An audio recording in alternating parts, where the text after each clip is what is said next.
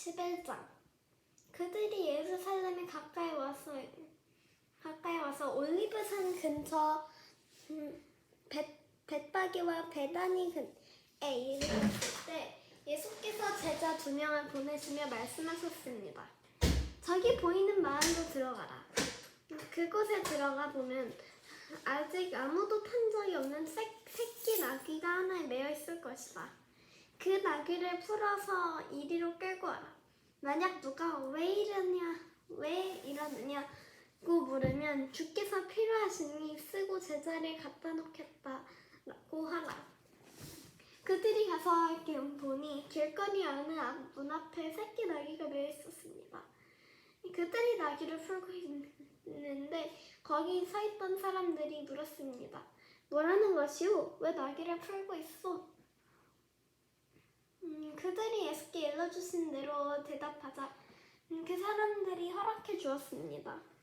그들이 나귀를 예수께 끌고 와서 자기 겉옷을 그 위에 얹어드리자 예수께서 나귀를 타셨습니다.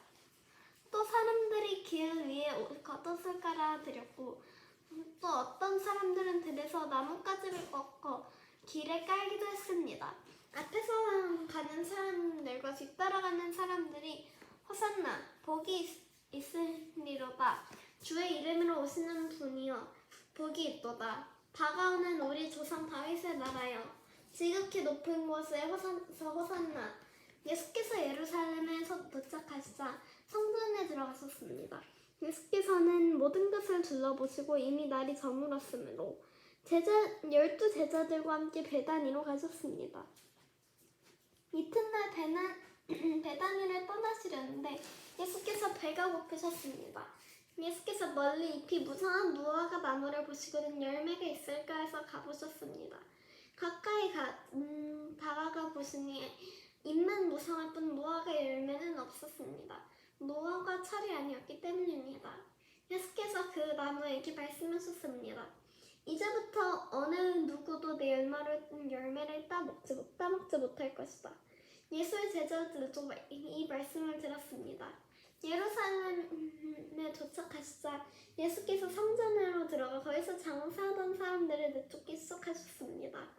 예수께서는 돈 바꿔주는 사람들과 상과 비둘기를 파는 사람들의 의자를 둘러엎으셨습니다.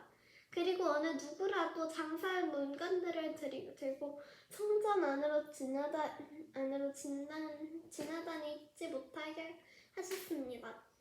그리고 예수께서 그 사람들을 가르치며 말씀하셨습니다. 내 집은 모든 민족들이 기도하는 집이라 불릴 것이다. 라고 성경에 기록되어 있지 않느냐? 그런데 너희는 이곳을 강도의 소굴로 만들고 말았다. 이 말을 듣고 난 대제사장들과 율법학자들은 예수를 죽일 방도를 궁리하기 시작했습니다. 그들은 모든 사람들이 예수의 가르치시는 놀라운 것을 보고 예수를 두려워했던 것입니다. 저녁 때가 되자 예수와 제자들은 성 밖으로 나갔습니다. 이튿날 아침 예수와 제자들이 지나가다 뿌리채 말라버린 무화과 나무를 보았습니다. 베드로가는 생각이 나서 예수께 말했습니다.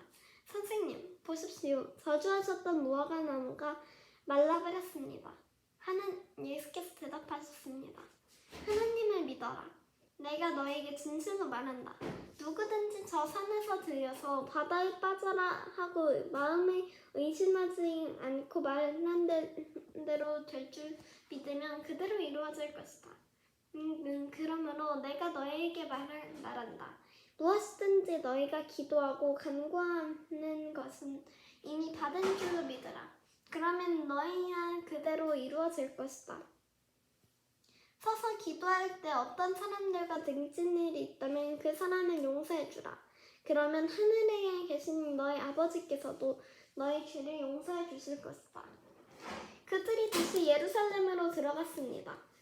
예수께서 거닐고 계시는데 대제사장들과 율법학자들과 장로들이 다가와서 물었습니다. 당신이 무슨 권세로 이런 일을 하는 것이오? 누가 이런 권세를 주었소? 예수께서 대답하셨습니다. 나도 한 가지 물어보겠다. 대답해보라. 그러면 내가 무슨 권세로